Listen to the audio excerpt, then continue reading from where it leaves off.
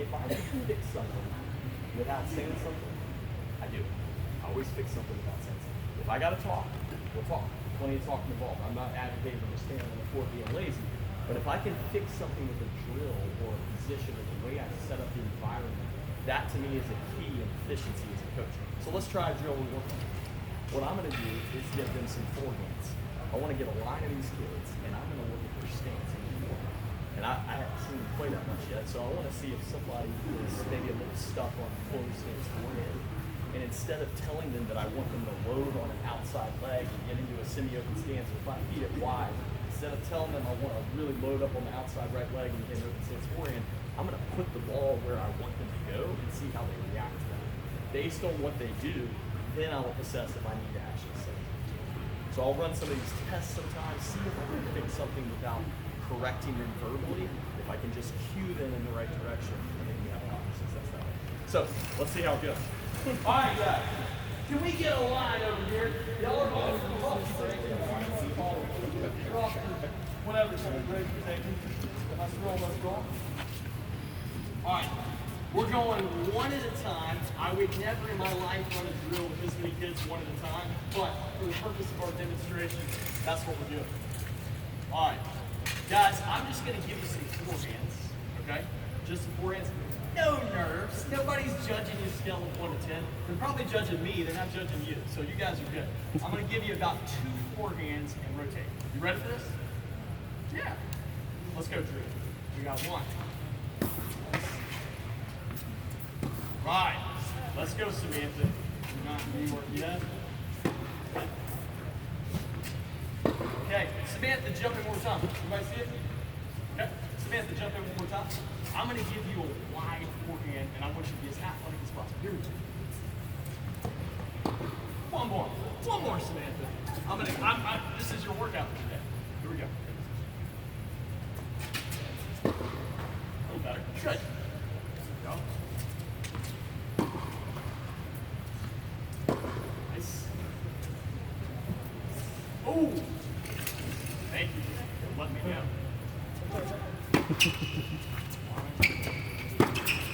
Good. Nice.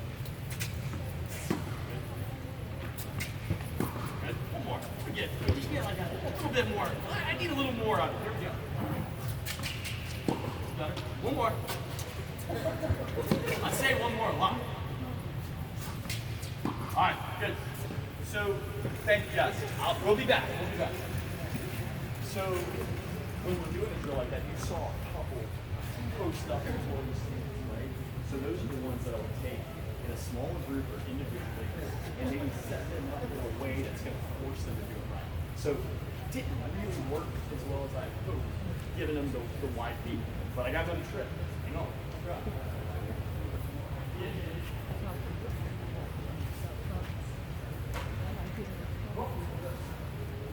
Alright, these I ordered off the Pilates website for spinning plates.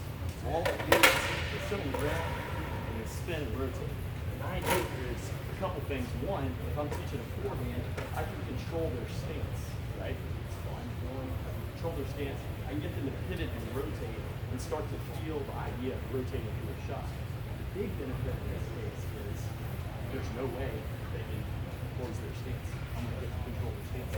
Oh, same. That's going to replace the play. Let me get 1. Come on. And let me get 2. Come on.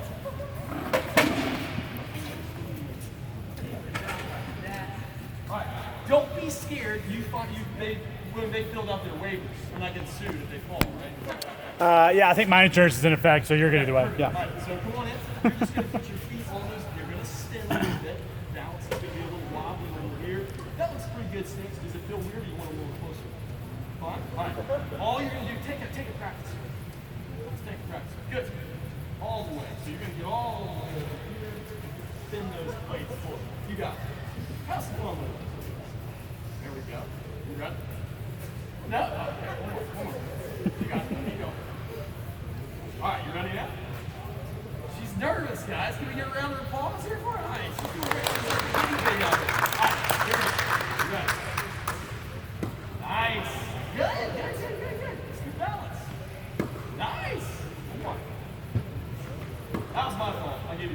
You want to try? All right. Look back. Look back. She's already kind of coming across, give herself a full rotation. There we go. You're going to do this every day. You do this on Friday night. You just hang out on these things. Over here. Nice. Good rotation.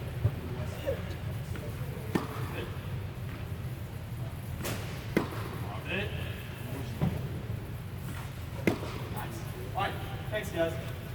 So maybe just use it as a tool. It's not something to try to replace things into one thing. In a drill, like if I'm doing hand-fed drills and instructional drill, and I'm trying to get stance right, usually working from the ground up, trying to get feet placed right. I like to do things like that. You can also, if you don't have Pilates plates, use the balls and put the tip of their toes right against the ball, right? Or use a cone or a placeholder, anything, right? Creative that you have, and stick them here and make them get a little used to it. They're going to feel a little stuck. You're going to start to get some rotation and be able to accomplish what you want. And for me, forehand's such a dominant weapon in the game, that's a pretty good place to start. It's really sticking there and getting some rotation, getting them some confidence pretty fast.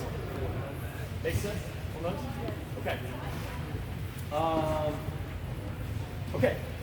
A guy named Lawrence Clayton, he was the director of the John Maxwell Tennis Academy for years. He's coached more Division I tennis players than anyone I've ever known. Maybe the most. He's going to give me a shot. So, you guys remember Noah Rubin? Played Saturday like 2 years ago. Anyway, Lawrence coached him. He's a great friend of mine, and he is probably the best coach that I've worked with. And he taught me a few things really important. One of the things that he does a great job of, I called it, he didn't really have a name for his system of coaching. I call it the disease, not symptom approach. Okay? The disease, not symptom approach. Coaching tennis. That's what I call it. Disease, not symptom. And what I mean by that is, if you're watching me play tennis, you're watching me hit a forehand or a backhand, you can probably see 10 things that don't look great. Certainly with a kid or a beginner. You can see a bunch of things that don't look right. Now, a great coach can take those 10 things and file them in order of importance. Okay, you know what? The follow through is not good. The ball's in, let's take the ball in the net. Why the ball in the net? Well, there wasn't a follow through. Follow through right. Well, why wasn't the follow through good? Well, there wasn't rotation. Why wasn't there rotation? Because they were in a closed stance forehand. They were locked. They didn't have anywhere to go. Right? So you can kind of take that sequence of events and pull it back to the fundamental part. And that's what I call the disease, not the symptoms. Most coaches, myself included, when I screw it up, find symptoms and we talk about those symptoms and we don't efficiently improve our tennis play. When you find that disease, that actual issue of what's wrong, it's a lot easier to make the correction. And players know it. Kids know it. They're smart. They know when you make the difference. They know when you pinpoint something and it works. So when we're talking about getting kids buy-in and getting kids to like you and want to work with you first, that's a big thing. You got to know your stuff and kind of find that disease. So in these cases, often start with the ground and work your way up. Start with the ground, get the feet right, get some rotation on something like a forehand, and then go from there. I use video a lot. I'm not as good as Lawrence. Lawrence was in his late 60s, been doing it a long time, just coached hundreds of professional players and high school players and Division I college players. He's better than me. He's a better coach than I. So what I did was I used my phone all the time, video, getting the video. That way, if I can't quite figure out my sequence of events, I've got a recording here. I can go back to that off court. I can log those. I can set up profiles for each of my players, and I can spend the time that I need to kind of catch up. Maybe something he can do in 30 seconds might take me 3 hours, but eventually, if I'm looking at it, I can figure out what's wrong and how to fix it. Make sense? So the disease, he looked at me like it's crazy. The disease, not symptom approach, right? We're trying to find that core thing that's wrong and make a correction on that. All right. Body language. Anybody know Louis Caillé? Louis Caillé? No? No one? All right. Louis Caillé is who I would consider to be probably the double specialist in the world. This guy's out of England. He's out of the UK. A guy named Dave O'Hare, who coaches Rajiv Ram and Joe Salisbury, the #1 doubles team in the world currently. They played at University of Memphis. So I got this weird, lucky connection with them. So Dave O'Hare helps our team. He zooms in with my guys, and all of a sudden the coach of the best team in the world is helping Mississippi College guys get a little bit better at tennis. I'm using any resource I can to try to help anybody that's smarter or better than me. Can I get them involved and helping them? So I'm probably going to recruit you guys by then to try to help you guys. So Louis Kaye has this point. He calls it heart, legs, head. Heart, legs, head. And for him to make a criticism or an adjustment or any instruction at all, again, we're talking about the best team, the #1 doubles team in the world. For him to take them off the court and make a correction, he has to first understand and agree and talk to them that they were present in that match with heart, head, and legs. That means if they were tired that day or they didn't quite show up, he's not going to use that time to beat them up and make constructive criticisms because he knows, well, the root cause, the disease was they were tired. They were worn out. Okay, we write that off. Maybe we do more conditioning, but it is what it is. Or maybe they show up and they got tight in a big moment, right? He's okay, well, they got tight. That's head. Mentality wasn't there. We got to work on that. So he kind of classifies those things and separates them apart, assuming that his players have heart, head, and legs all engaged in the match. After that match, which is not by any means every match, but after that match, that's when he'll go to work and make him say, hey, this was great. You showed up and you were a full tennis player today, and here's where we fell short. Here's what we need to do, right? So I try to use that model with my players, certainly in the higher level, but also in the lower level, try to get them thinking along those three things. And a lot of players, if they are coachable and want your critique and they're asking you what to do, that's a good thing to keep in mind. You know, hey, you might just tell them, this isn't the best time to work on your forehand because you can't beat yourself up that you lost because you missed forehands because you were too tired. You weren't able to get there. So get some sleep and then come back and let's hit it tomorrow. Right? So that's something I try to keep in mind as well. All right, let's do another drill. Here's another big point on how to get kids to buy in. Is I intentionally pick drills that they can succeed at early on. I'm not going to pick the most complicated thing in the world for a new player or a beginner or when if I'm running a camp, I'm not going to go pick the hardest thing I've ever seen in tennis and try to get them to succeed at that. I'm going to pick small goals, something they can succeed at. I'm going to keep my standard high and the bar high, but I want them to succeed and have small successes as we move along. So I got a couple drills that I think are kind of standard kind of drills that I pick out of the box for that. And one is a free ball drill with targets. I love to use targets. I love there being intention and objective behind every shot. So I'm going to throw 3 targets out here. In an ideal world, I would have, no offense to River Hills, I would have track points. Big ones. I want a big target, right? And if we're doing serve targets, I'm throwing a big one. And then I might get smaller. When I was coaching a player who's #1 in the country and playing junior Wimbledon, all right, we worked our way down to those little cone cups, right? But we started with a big target. And when he did that, tennis ball candy, all of a sudden I got a little cup there that he's trying to hit.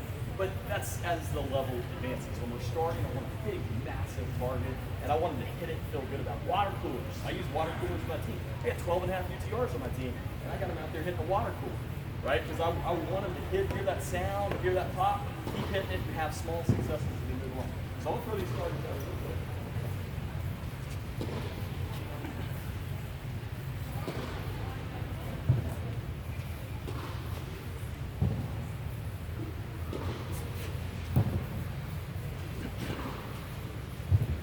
Okay, notice where the cones are placed, right? You guys can step out here on the big stage. Come on. Notice where the cones are placed. Tell me kind of what you notice about cone placement. I think target placement is huge. It's important. Anything you notice? Okay, so you have the cross-court part very close to the lines. We got lots of arcade, big old traffic cones or water coolers or something. Not ideal for these guys having big target, lots of space. Now, here's the question. This is something I would ask you if a kid in the field. I place these 3 cones in order, and I give you 3 forehands. All right? You have 3 forehands. Middle of the court forehands. What order are you going to hit the cones? You guys group together. You guys group together. Talk 30 seconds and tell me, give me a spokesperson from your group. We're splitting it right down the middle here. right here. You're there. You're here. Talk and tell me if you had 3 forehands, which order would you hit the toes? 1, 2, and 3. Got it? Got your assignment? 30 seconds. I go for them 2 red ones. 2 red ones first. I will I walk go from for back the to red one. front. I go for the red one on here. First. Wide open target. I look at it like That's what the you know, captain said. I'd rather shoot that deer in the middle of the field. I said deep, right, and it's short. Yeah, that's what I'll work them back to front. Because you got the far one then. But I mean, I don't know why, but that's what I feel like as long as you hit them in alternating and then alternating straight away, then you're safe. Setting them up for how you would actually play the match. We need to start How you would actually play the match as well. You got this. We agree, buddy. Okay, who's my nominated spokesperson over here? Who's the clear leader? Yes! But, all right, come on. Okay, who's first? Go for it. Alright, you know what the difficulty, the deep one, Okay. and then the second deep one, and then this one. So we're going to go 1, 2, 3. Assuming it's right. Yeah, right, sorry. Straight ball. Right hand before me. 1, 2, 3. Go. Through. Yeah, we said as long as you're alternating, you're not on the same side twice. That we're just gonna do opposite. So, close, right. So you're going to go 1, Yeah. 2, 3. I Now, think that's what they said too. can I give you the response? Great job. And can work. You can win tennis points in both of these sequential patterns. Can I give you an ATP WTA answer? If you ask a top 50 pro, what do you think they're going to tell you? Well, you already told me what they think. I'm going to tell you what they're going to tell you. They're going to go 1, 2, 3. 1, 2, 3. Why? Get that person before they get to the side. Probably going to work a little bit on the floor. Here, then you can come in and then you shoot them over there. We're getting there as a team. Socratic method, right? We're getting there as a team. First things first, cross court. We talked about directional exchanges. Cross court. What about depth? Now I'm backing my opponent up. I'm pushing them further off the baseline. And instead of 20 years ago, American-style controlled center of the court tennis, we've evolved. We're going European Spanish. We watch Rafa Nadal too much. He's going deep, pushing him back. Then on the side of the court, now we've set a depth trap to open up the court. So we've hit 2 cross-court balls first. We've changed our depth and our angle. We've used depth and width. Now we have a big ocean of court for the down line, more difficult ball. Make sense? Now, here's the other advantage of this. If I can successfully push it back deep, and then I can go wide, they're having to move forwards, right? Okay, so not only am I running them side to side, but I've pulled them inside the court. So when I go for this shot, with a little more shape, they're running cross-court backwards diagonally. Once you get a player running cross-court backwards diagonally, you are on clear offense and they are on clear defense. If you keep that pattern running, you will win your points. Fact. All right? So that's a big thing that I want. Our students can have success in this quickly. Okay, they understand the sequential pattern now. We've given them a template where they can hit smart cross-court balls, right? And now when they go for the downline shot, it's less risk because there's a lot more space to use. We've also, if we prep them the right way, we prep them on what we just talked about, the cross-court diagonal backwards move. So when they go for that ball, you see a junior player, they usually rip it. They try to hit a winner. And we're gonna tell them, hey, now you have knowledge, you got power with your intelligence here. Instead of ripping it, you know you pulled them in, so loop it with some shape. You can make a loopy ball 10 out of 10 times. Loop it with some shape and push them back. You don't have to win the point on that ball. You just want to get the pattern running, right? So now let's get a couple kids. I'll feed maybe a couple, or does anybody else want to feed? I'll feed a few. And I'm just gonna try to explain that to them and get them moving in this direction, right? A little bit away from the pattern. All right, real quick, and then we'll move on, and we'll do it long. All right, guys, are we ready? You guys need another warm-up, huh? All right, I'm going to skip how I would normally start this. I would normally go through what we just did in these orders, but I'm going to go ahead and just tell you guys the secret here. We're going to try to go 1 towards the red cone, 2 to the green cone, and then 3 of them. So that means you're looking for depth off the first ball, angle off the second ball, and then down ball. All three are coordinates.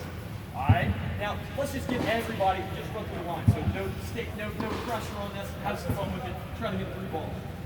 So come on. I'll stand here to you. And she's going deep with this first one. I like it though. You're going angle. Nice, and you're going down line. Okay, there we go on that down line. Let's give her a round of applause on that down line ball. All right, Rick, we're going deep cross court. I made you sit too long. We're going angle. And now we're going for that first ball. One more.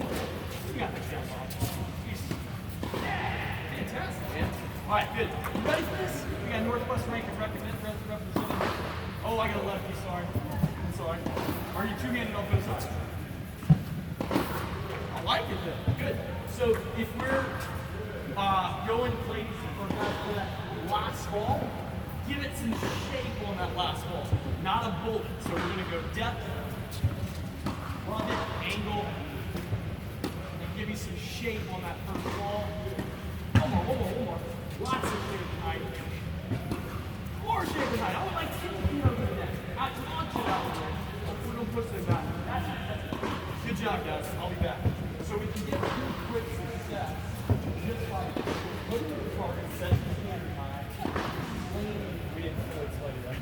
But explaining what we're trying to do. And once they have the objective or the average, now you can accomplish the drill. But here's a way I would tailor the drill. Some of you are like, all right, my kids can't do this yet. Okay, here's the way I would tailor the drill. I would say, you know what? Hit that red cone until you hit one you like. So now if I'm only have a group of 2 or 3 kids and they're not having to wait too long, I'll feed them the balls. Let them hit 5 balls there, 6 balls, 10 balls, however many it takes. Now they're getting repetition, and once they get one they like, they're getting that cognitive sort of response. Oh, you know what? Okay, that was good. Now I can step in and go for the angle. And then I'll tell them, all right, get as many as you need to over here. Now when you get one you like, flip it over and go to the open court, right? Now, guaranteed you can have some success with that. It doesn't matter what. Eventually, somebody's going to find one that's going to find themselves in the vicinity of that court. So now we're getting some success. Make sense? Awesome. Okay. One more. That's one drill we use. Another drill would be this one. Oh, sorry. And one thing about this ends up being 3 patterns. Forehand, right, as you put it right. Forehand. What if I flip it, set this over there, backhand, backhand, or inside out, inside in. 3 patterns. So that's a very common pattern you're going to see at a high level of tennis or on tour. And it'll just be flipped in 3 different ways. So your player, a lot of high school players will never notice what's happening. But if our players just stuck with a pattern like this, cross, when I can, I'll go for an ankle, now I'll go open. You can run that 3 different ways, and they're going to be guessing. They're not going to have a clue what they're doing, right? So you can kind of work on it.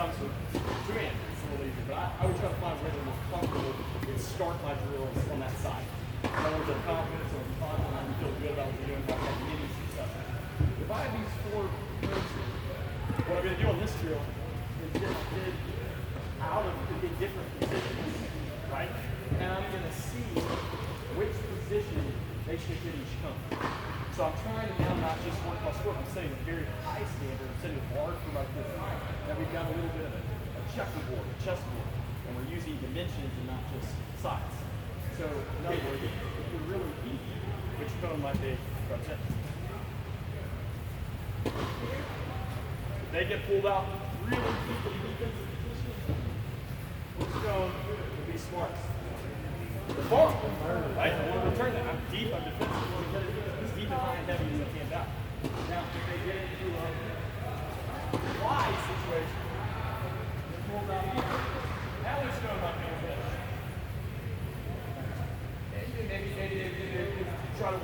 more of an angle on that. If they get a short ball here, so we're trying to get them thinking about which code, and they have a lot of fun with this when they start having success. And you can manipulate the drill with your feet. If I'm trying to work on an angle, I'm not giving them a high ball.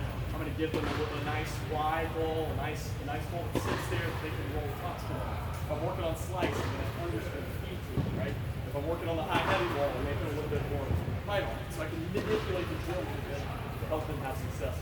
Make sense? Okay. Let's move on to the work ethic part. We talked about fun, we talked about hearing, right? And we're talking a little bit about work ethic. Now, I'm not going to give you a lecture on how many hours you work. My definition of work ethic for the purpose of this training is how to set up an environment where kids are going to improve quickly. Like master details, the knowledge of what we need to do to master our craft. So I kind of view it as a race against the clock when I've got a kid paying for lessons with me, or I've got a team of players and we're trying to win a national championship. Whatever the situation is, you guys are trying to win a high school state title, or you're trying to get your kids to improve, whatever it is, I view it as a race. Like this is a race against the clock. Everybody's out here working, doing their stuff, and if I'm not as efficient as possible, someone else is pulling ahead. And that's the way I look at it. It helps me be competitive even on the sidelines and try to maybe influence the outcome a little bit more. I also view it, even if it's private lessons, even if it's a beginner. Anybody love teaching beginners? You're awesome. You have all our respect. Anybody?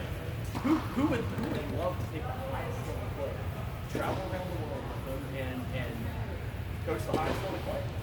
No? Most people are like, I want the good ones. You know, I want the good ones.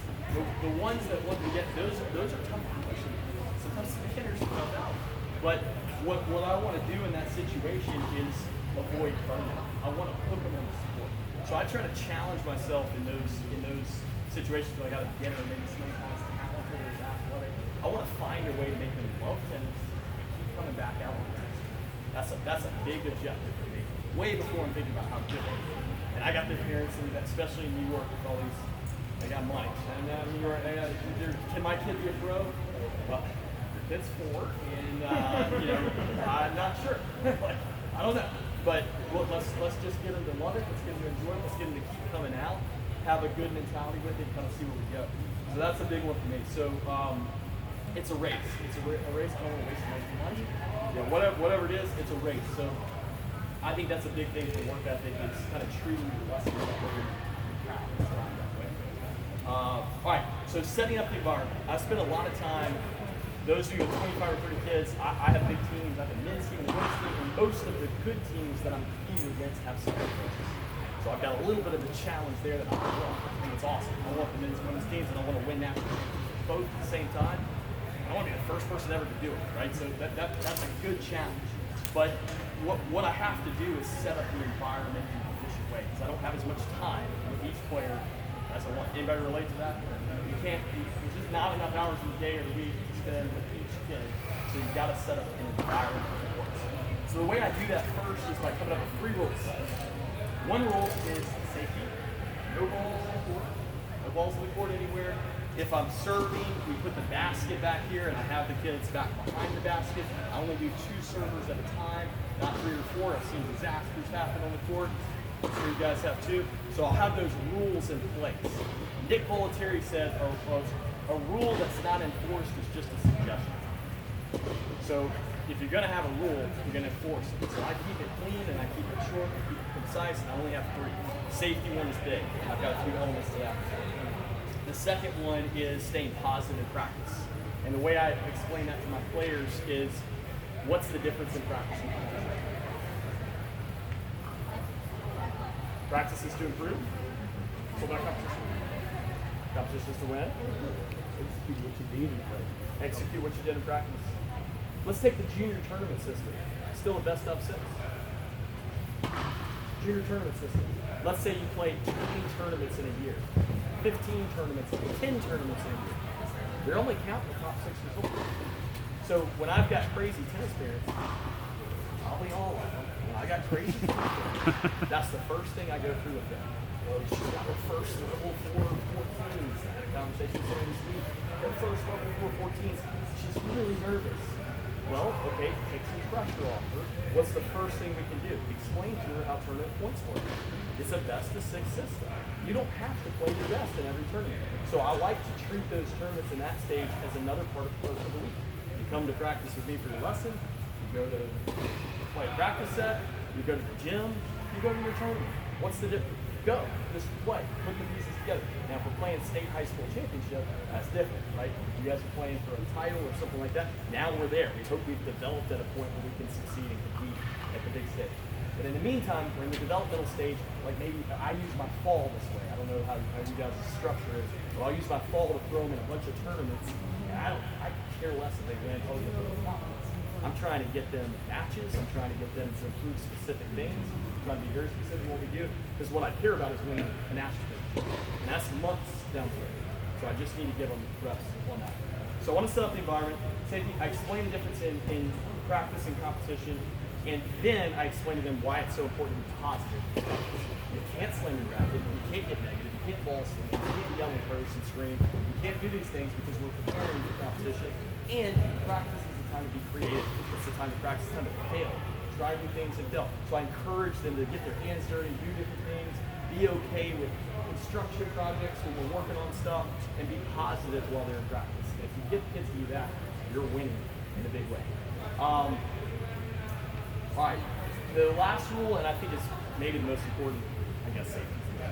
The last rule I have, they hit a ball in the net, they have in a live ball drill, so they're playing points, or we're doing a drill like this, where they're going cross court or something like that.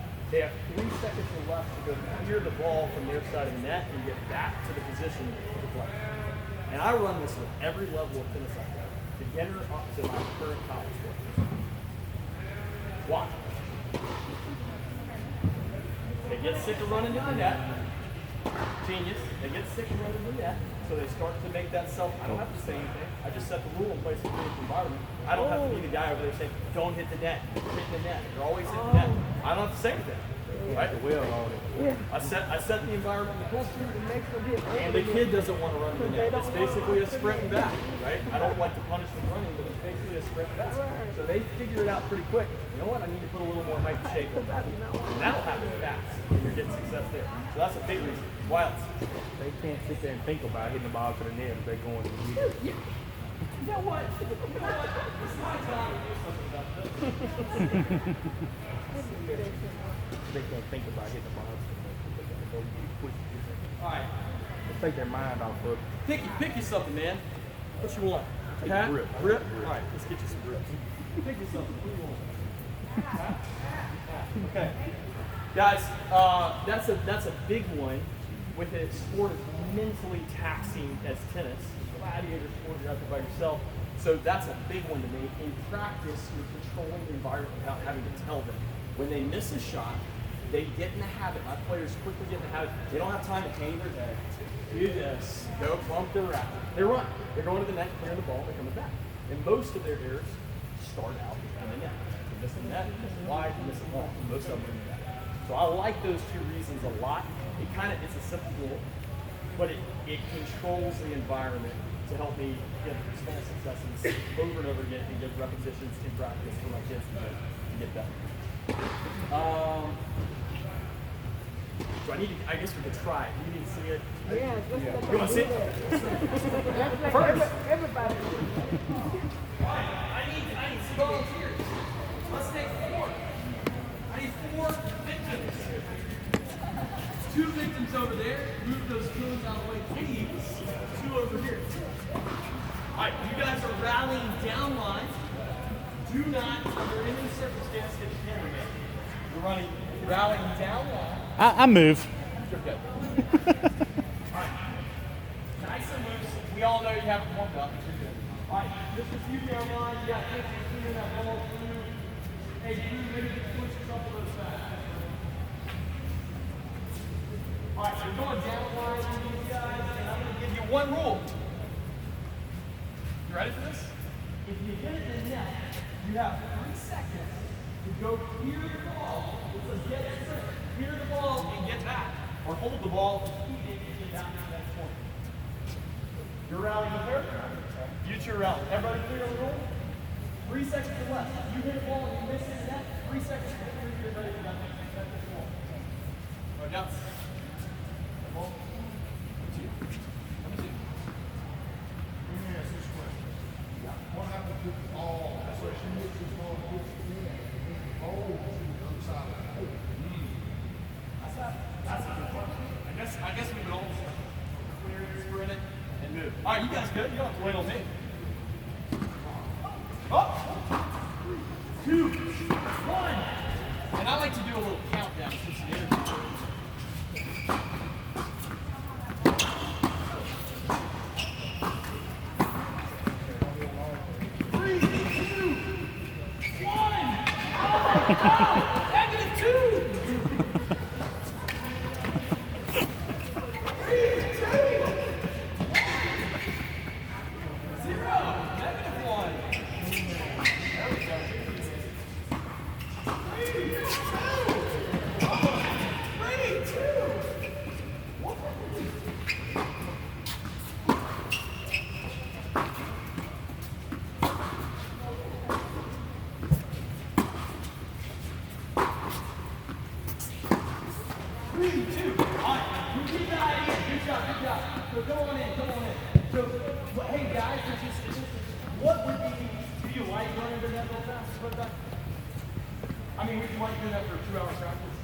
Probably not. Okay. What kind of adjustments would you make to help yourself not have to run to the net? Okay. So your knees, more shape. What else?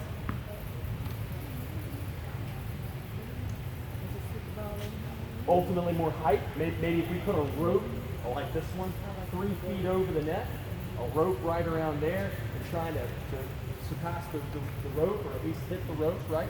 Just giving yourself more air and shape. What about power scale? What if we have a power scale of 1 to 10? Where are we hitting right now? 10 is like an earthquake, and 1 is like ping pong. Where are we right now? 5 or 6? 5 or 6? I saw some 7s, 8s. I saw some 7, 8. So what would it be crazy if I suggested we bump it down to 3? Maybe a 3, and put it 3 feet over the net and work more on depth just to keep the ball going, and see if we hit the net left and keep the ball going. Let's try. One more time.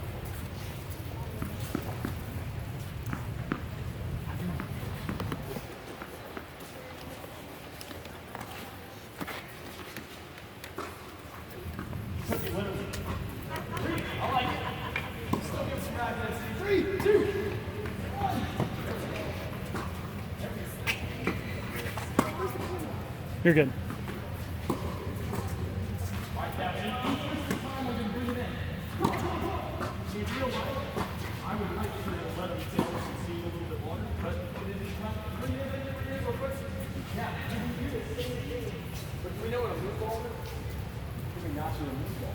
So not the area where the birds or the roof is endangered. We're going 3 to 6 feet over. When you make a position in life, strike everything in strike zone, waist height, and hit up with a 3 to 6 foot clearance over the net. Not crazy, man. Just 3 to 6 feet. Ready? Go.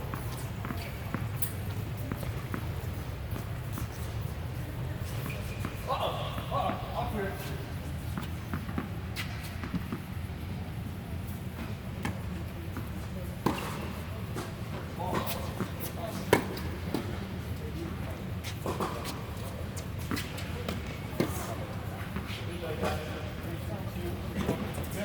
Hey, I saw some perfect balls that were directly to the right. Very nice. Balls.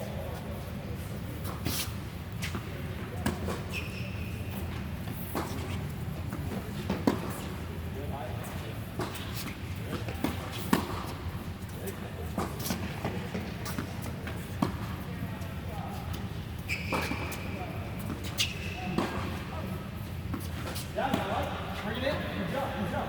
Now great. I think if we stayed the entire practice on this theme, it would help. Like just getting balls, strike zone, staying in that 3 to 6 foot range, maybe start to work across court. It was really good. Good job, guys. Well done. All right, I'll look at that in a second. I think we can make pretty good progress with this group of players, this level of players, just on the base like that. When you set the race up, you do things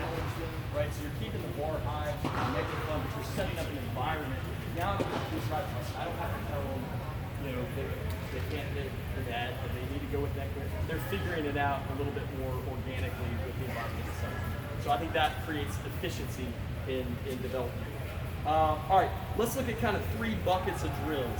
I look at drills like instructional, cooperative, and competitive. Okay, so I might have an instructional drill, a cooperative drill, or a competitive drill. And I want to be fairly strategic about how I use those drills or mix and match. Like today, this week I'm running a 3-hour, it's a camp, it takes 3 hours with a pretty good level of kids, and I can't just take them out there in the heat and do instructional for 3 hours. That's what I want to do.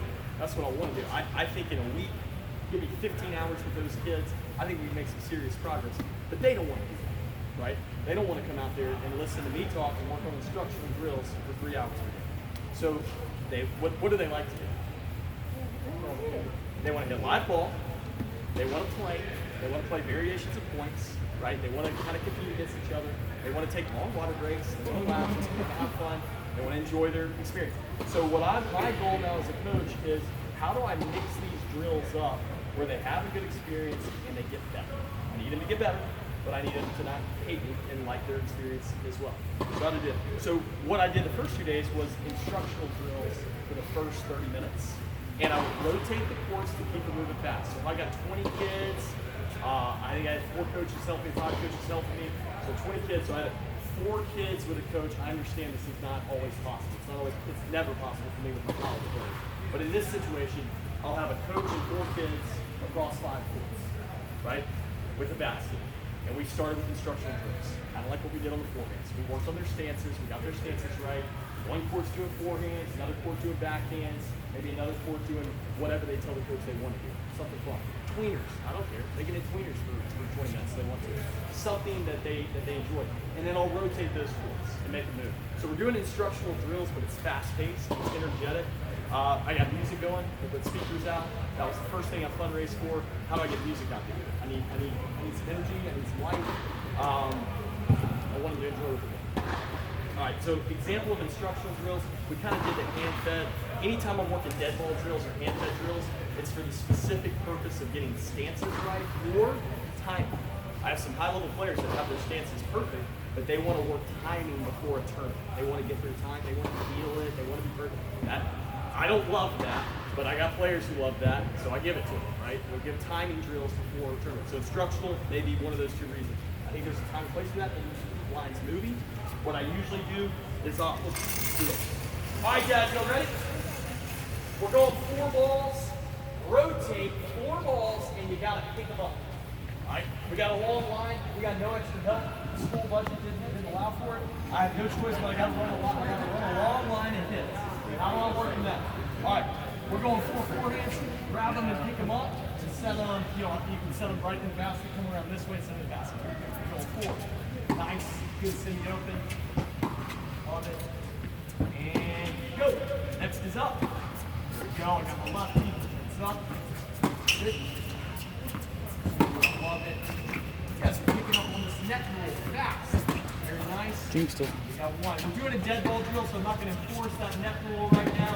I don't want somebody who'll get decapitated over here. Good. And go. Picking up those 4 and rotating. Here we go. Now I want to add a twist to it. Guys, in line, moving your feet. You're bouncing around the line. Nobody's staying still. Everybody's moving. Come on, come on, come on. Let's go, let's go. You know what? I don't quite love it, so I'm going to do this. I'm going to get you guys over here. Let me set up a station here and a station here. And I want you just doing taps, taps, taps, taps, right? You're just into taps, though. I love it.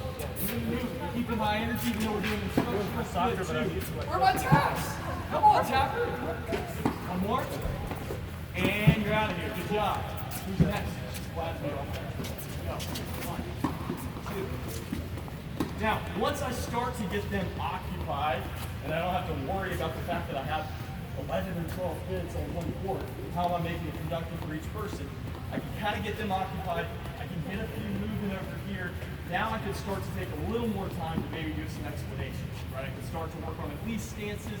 I can at least look at the score and say, I want the back of your shoulder to rotate all the way through the shot. I want your opponent to see the back of your shoulder. Ready? All the way through. I love it.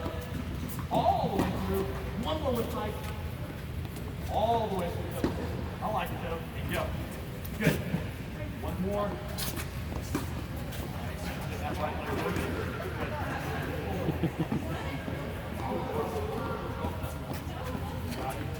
Very good. Good. You guys can take breathing. So even if I'm running an instructional drill, if I'm stuck with a bunch of kids, I can try to make it energetic. I can try to make them do something where they're at least engaged or into it. All right, you guys ready? Let's keep rolling. Strike zone drill. This is maybe the number one. If your level, right, is around this level or less, this is a pretty good level.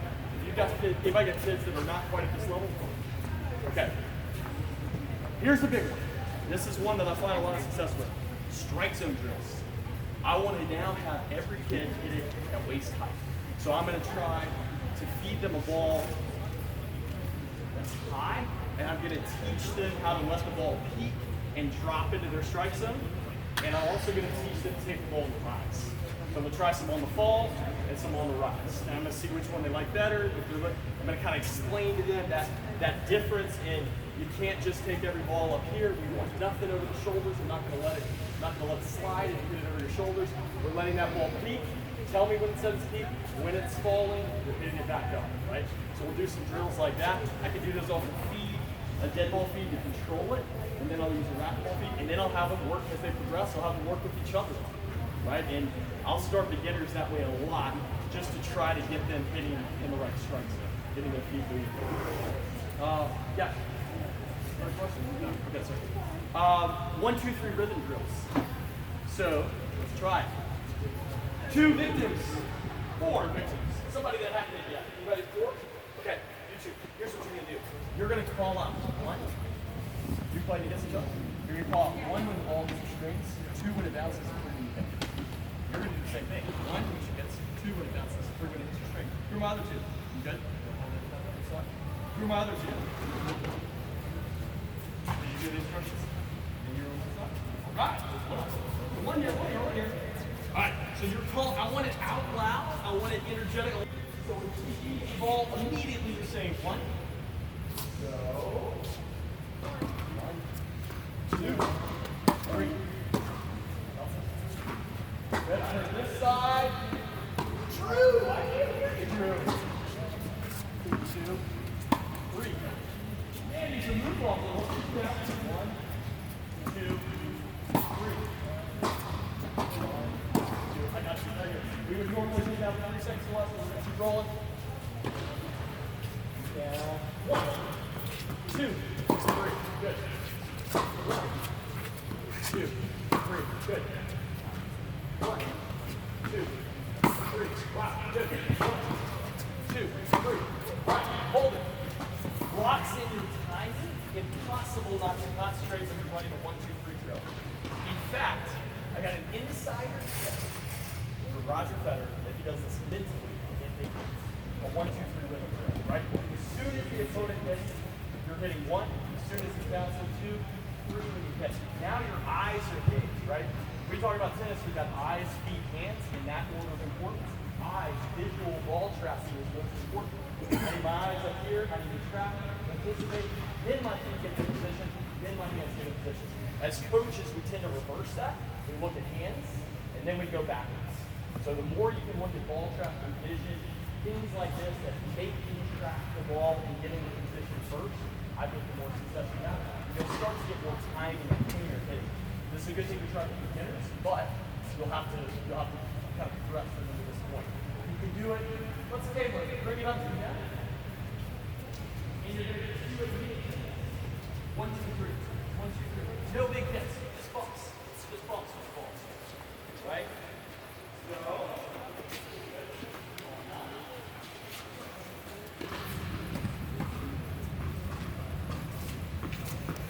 So again, I feel upwards and backwards movement and starting to track the ball. This is 2 advantages. Obviously, these guys are way ahead. This is 2 advantages. For the kids, you can move it up a little closer. You can move it up a little closer, guys. Come on up. I like it. Keep that right.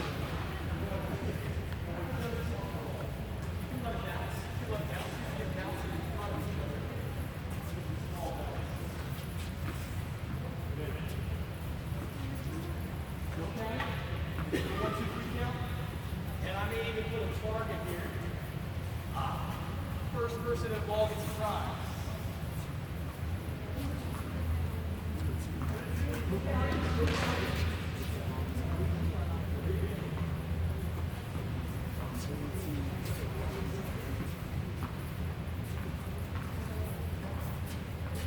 Alright, fantastic. Bring it in, guys. Good job. We're going to use you guys in 4 seconds. So I can tailor a drill like that, a 1, 2, 3 rhythm drill that we know Roger Federer's even does in a big match. We can tailor that all the way down to the beginner.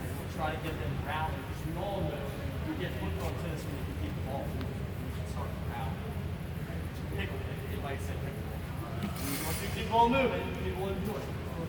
Alright, let's do a depth drill. Everybody, kids included, coaches, everyone is on the windscreen, whatever we call this. And we're facing this way. No cheating, no turning around. Get huddled as close as you can. Everybody facing that way.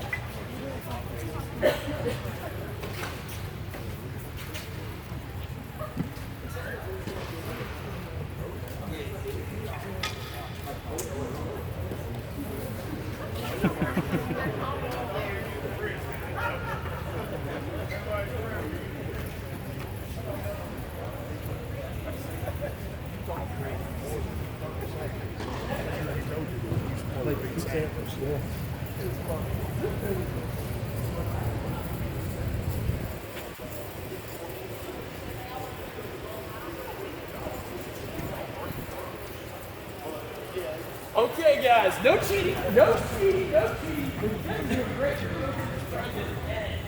Alright, here's what I think. Let me get a couple of my stragglers over here. Let me get you 4 all the way on this side. So come on with me. Don't even think about looking on the other side of the court. Come on, come on. Come, I see you. Come on. Come on. Alright, if you guys get a little close, let's get one in right here. Squeeze in. And you guys right over here. Alright. When I say time, and I tap you on the shoulder, you're going to turn around and you're going to tell me how many, oh, not yet.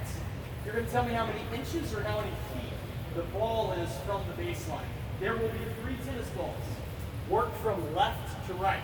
Left, center, right. And tell me how many inches or how many feet they are from the baseline. Are you ready?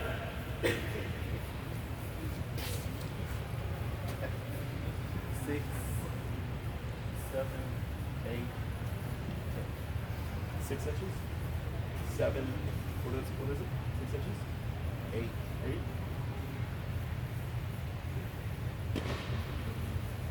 Okay, alright, okay. You ready? How many inches or feet? Left, middle, right.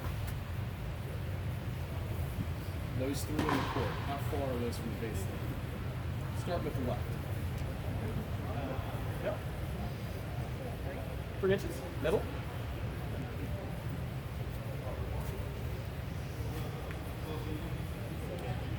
Two feet? Right? Foot. Guys, I'm giving you 5 seconds. You the rest of you disadvantaged people. 5 seconds. Go. Give me your best. Left, middle, right. How many inches? 5 feet, 1 foot. Okay. Go.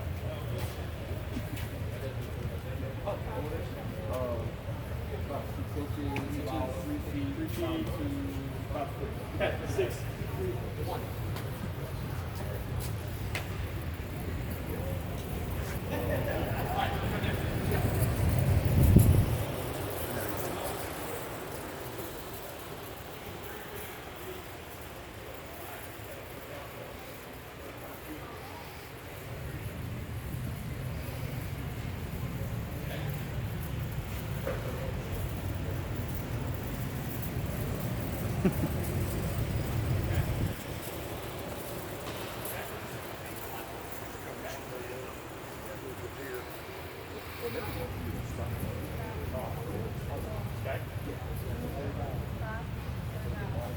Okay. Oh, 2, 1. Okay. Yeah. Keep going. All right, 3 on that one. 4 inch back. Okay. Go ahead. 4 feet, 3 feet. Go ahead. Say an amount. Left to right.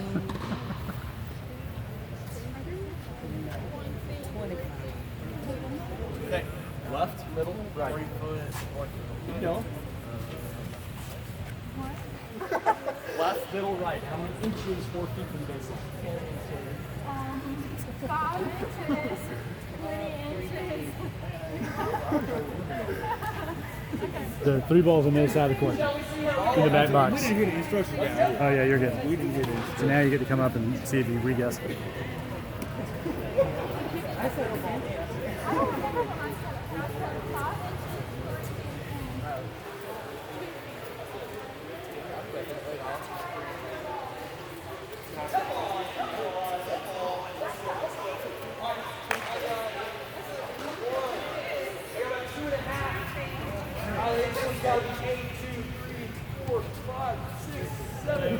More than 8. Oh wow. This one's got to be at least 5. 1, 2, 3, 4, 5.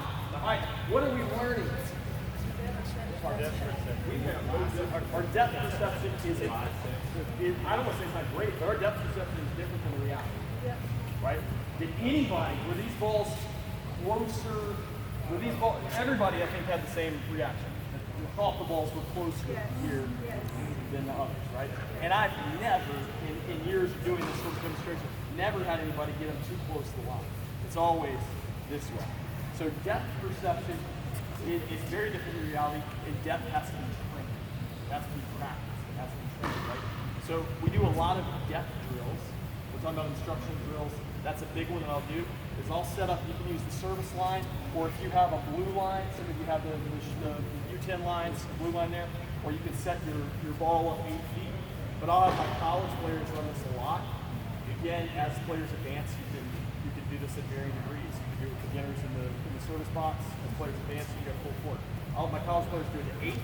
I'll have them do it to 5. They'll play games to 21 at 5 feet. They'll keep each other's score. They're just working down the middle.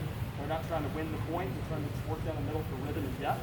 And every time my opponent hits a pass here, I say 1. Every time they hit a pass there, he says 1. And they play a competitive drill to 21. And let's say I've got kids that aren't that competitive, or if they don't like each other, or they're too competitive, or whatever it is, I can make a cooperative drill out of it. Hey, first as a team to get to 21. You're working together. Once you score 21, you can manipulate the drills that way if you want to be competitive or you want to be cooperative. Make sense? I'll have my players go to 3 feet, and we always finish with first to 3, 1 foot. 1 foot. We go here to here, right? And I'll say first person to score 3 points fast wins. And they'll battle it out down the center, trying to hit this area. No balls are out. If they hit it a little bit long, it's your responsibility to get it and play it. They're looking to try to get depth. This improves depth a lot. It improves depth quickly. Other depth drills, I'll take some ones that are fun. I'll take balls. We'll take 50 balls and just line them up on the baseline. For tennis ball cans or something, right? Tennis ball cans sound better when they hit them. It's something here, and I'll put them in drills, and we're working on something. Even if we're working on instructional something, and still having in the background aiming and using having an objective there where you're aiming. Good? Makes sense? All right. That's for depth drills. What is the most important part of tennis? Love it. Keep coming.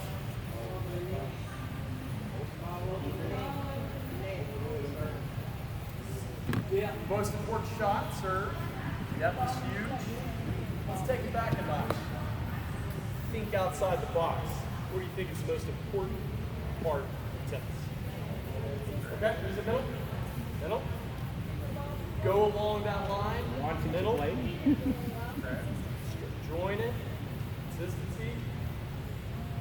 How about confidence? Right? Confidence. I'm going to say that confidence is the most important part of the game. So my practices are geared towards confidence. I want my players to feel confident. So I'll run a lot of drills into their strengths before I start to work on weaknesses. Right? When they tell me they're not good at something, I'm going to tell them they are. We had a player at the academy who had a terrible tiebreaker record. I mean, we're talking about a world-class player, top 50 player in the world. He had a terrible tiebreaker record. So, you know what his coach told him? Before he goes out to play, he doesn't know his stats. He's a tennis player. He's playing. He doesn't know. So his coach goes up to him. I'm not advocating lying, but I kind of. His coach goes up to him and says,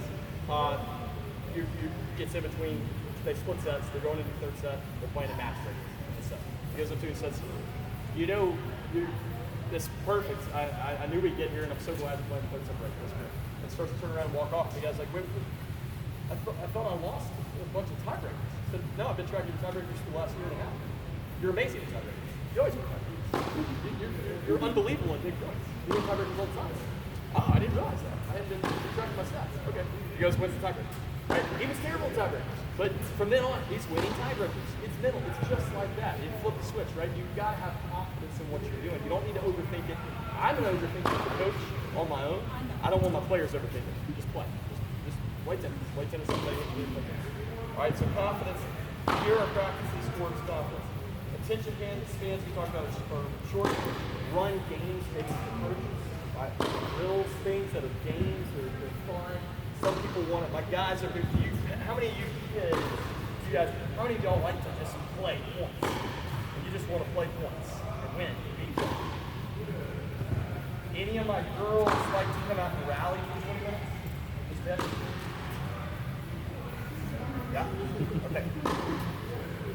I'm not gonna get into the differences in women. I'm not gonna get into the difference in kids or church, because it's not always men and women. It's not always like that. Sometimes it's just personalities. But you got to be in tune to what your player wants to do and what they need, right? I'll give you an example, and then we need to wrap up, right? 1 minute. Okay, very quick. I'll give you one example. I had a player this year. Our women's team was doing pretty well, and they started losing. They went on a losing streak and started losing. And one of the players, one of the girls, looked at me and she said, "We hadn't played open in a while in practice. Y'all know the Dingles Open? Y'all know this game? You hit like 4, another drill, you're hitting cross courts, and when one person misses, you yell open, and it turns into doubles." I don't love the game, but whatever. They love it. The girls love it. They think it's amazing. They think it's like the best thing ever. They play it. And we did that at the beginning, because like I said, I'm trying to establish fun, we're having a good time, practice, all that kind of stuff. Then it got competitive in the season. We weren't playing open. I was like, we lost the match. I'm doing like real stuff, instructional stuff. And she comes to me and said, we didn't play open. And I'm sitting there going, all this time I'm putting in you guys, you want to play open. Right? I didn't say anything. She said, oh, okay, great, thanks for the feedback. But go home at night, so you can't sleep. Like, oh, just want to play open. And then I realized that they're not having fun. She's not having. They're losing. There's too much pressure to win, and it's coming from me. I'm being self. I want to win. So what do I need to do? So the next day we can practice. Put one girl in charge of music. They're dancing in practice. Okay, dancing. Put one girl in charge of selfies. You ever not smile in a selfie? Everybody smiles in a selfie. Now they're on court, they're smiling, they're taking selfies. That became our ritual we won 12 straight matches.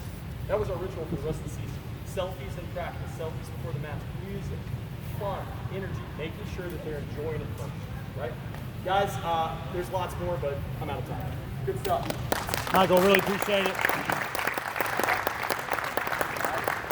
Thank you so much. Yeah, If y'all could give us a quick hand, just many hands to make light work, a couple of tennis balls in the basket, cones under the basket. We'll grab our gear. We've got 2 or 3 minutes to slide. We're right here in the clubhouse area. We can hang out, chat. We'll wrap up. We just gotta get off the court. All right. Good. Get you. Oh, yeah.